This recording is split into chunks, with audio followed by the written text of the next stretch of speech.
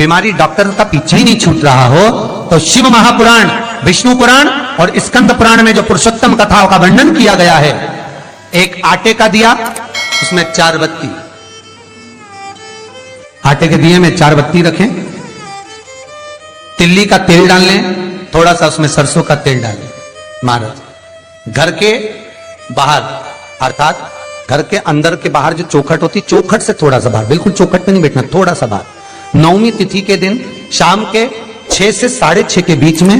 21 बार जो व्यक्ति बीमार रहता है उसके सिर से नीचे की ओर श्री नरसिंह भगवान का स्मरण कर कर, जिस अधिक मास में जिस तिथि को उतारा कर रहे हो उस तिथि का नाम लेकर, उस अश्विन अधिक मास का नाम लेकर, जो व्यक्ति का उतारा कर रहे हो उसका नाम और गोत्र लेकर 21 बार जो उतार कर उस दिए को घर के ही चौखट पर रख देता है, उस व्यक्ति की बीमारी छूट जाती है महाराज, वो रोगीला नहीं रहता।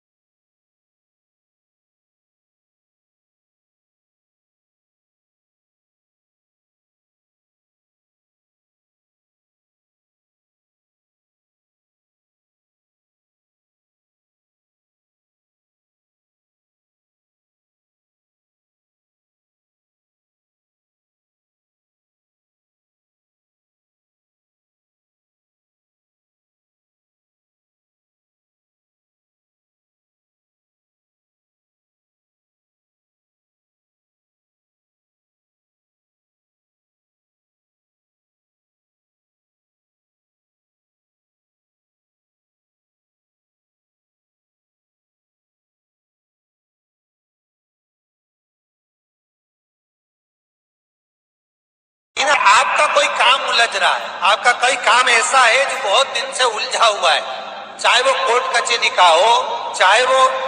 किसी से जुड़ा हुआ हो, और वो नहीं हो रहा, तो स्कंद पुराण कहती है, हमारे खंड में भी वर्णन है शिव महापुराण, कि किसी भी नवमी को आप आंवले के पेड़ के नीचे घी का दिया लगाकर, मौली मतलब हाथ में जो नाड़ा बांधते हैं, लच्छा, मौली, लच्छा, नाड़ा, हाथ में बांधने वाला पूजन वाला धागा लाल, घी का दिया लगाकर 5 परिक्रमा आंवले के वृक्ष की कर लीजिए, और परिक्रमा कर कर धागे को वहीं पर छोड़कर थोड़ा सा धागा और अलग से लेकर किसी टहनी पर उसको कामना कर कर बांध दीजिए। महाराज 10वीं तिथि को, 9वीं को तो ये करोगे, 10वीं को वापिस जाकर आंवले के पेड़ के नीचे घी का दिया लगाइए, और जो धागे की आपने टहनी पर जो धागा बांधा है उसको खोल कर ले आइए, अपने हाथ पर बांधकर उसी धागे को पहनकर अपने काम के लिए निकल जाइए, आपको सफलता प्राप्त हो जाए। स्कंद पुराण में आंवले के वृक्ष का बड़ा महत्व है। वृक्ष में जो गोंद लगती है वो ब्राह्मण हत्या का निश्चय है। पृथ्वी पर जो वृक्ष लगते हैं और वृक्ष में जो गोंद लगती है वो ब्राह्मण हत्या का निश्चय है। बंजर भूमि ब्राह्मण हत्या का निश्चय है। इसलिए हमारे यहाँ शास्त्र कहता है तुम्हारे बहू का अगर जापा होए, बहू की डिलीवरी होए, बहू को संतान होए तो खूब घी में गोंद तल तल कर खिलाओ। और जन्माष्टमी रामनवमी पर भगवान का प्रसाद तैयार करो तो उसमें गोंद मत डालना, क्योंकि उसमें ब्राह्मण हत्या का अंश रहता है। भगवान के प्रसाद में गोंद नहीं आना चाहिए। हर हर महादेव, श्री शिवाय नमस्तुभ्यं। मेरे चैनल को सब्सक्राइब करें और बेल। बीमारी डॉक्टर का पीछे ही नहीं छूट रहा हो तो शिव महापुराण, विष्णु पुराण और स्कंद पुराण में जो पुरुषोत्तम कथाओं का वर्णन किया गया है, एक आटे का दिया, उसमें 4 बत्ती, आटे के दिए में 4 बत्ती रखें, तिल्ली का तेल डाल लें, थोड़ा सा उसमें सरसों का तेल डालें। महाराज घर के बाहर अर्थात घर के अंदर के बाहर जो चौखट होती, चौखट से थोड़ा सा बाहर, बिल्कुल चौखट में नहीं बैठना, थोड़ा सा बाहर, नवमी तिथि के दिन शाम के 6 से 6:30 के बीच में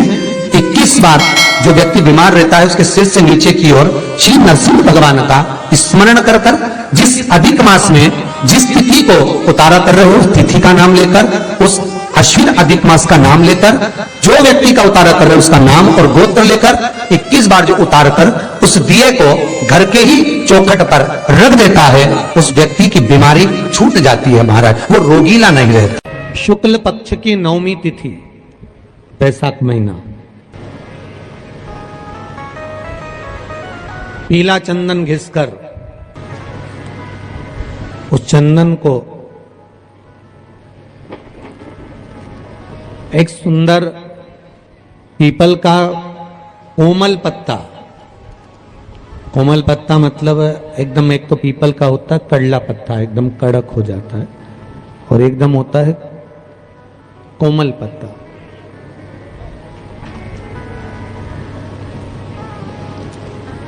उस पीपल के कोमल पत्ते पर पीला चंदन घिसकर, जो वह चंदन होता है, उस चंदन को घिसकर उस चंदन को उस पत्ते पर रख ले। और महाराज उस पत्ते को मध्याह्न के समय पर, जैसे जब सुबह के समय पर सारी पूजन हो जाए, अर्चना हो जाए, भगवान शिव के मंदिरों में जल समर्पित हो जाए, उसके बाद में जब बाबा एकदम आनंद में विराजे हों, तब जहां शिवलिंग रखा होता है,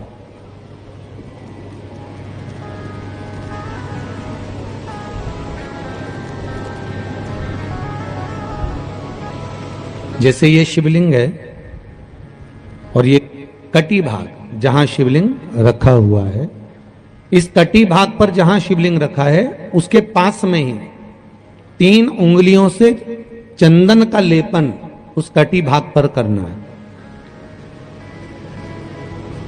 जो उंगलियां लगी रहेगी उसी को अशोक सुंदरी वाली जगह पर स्पर्श करना है, और अशोक सुंदरी वाली जगह पर स्पर्श कर कर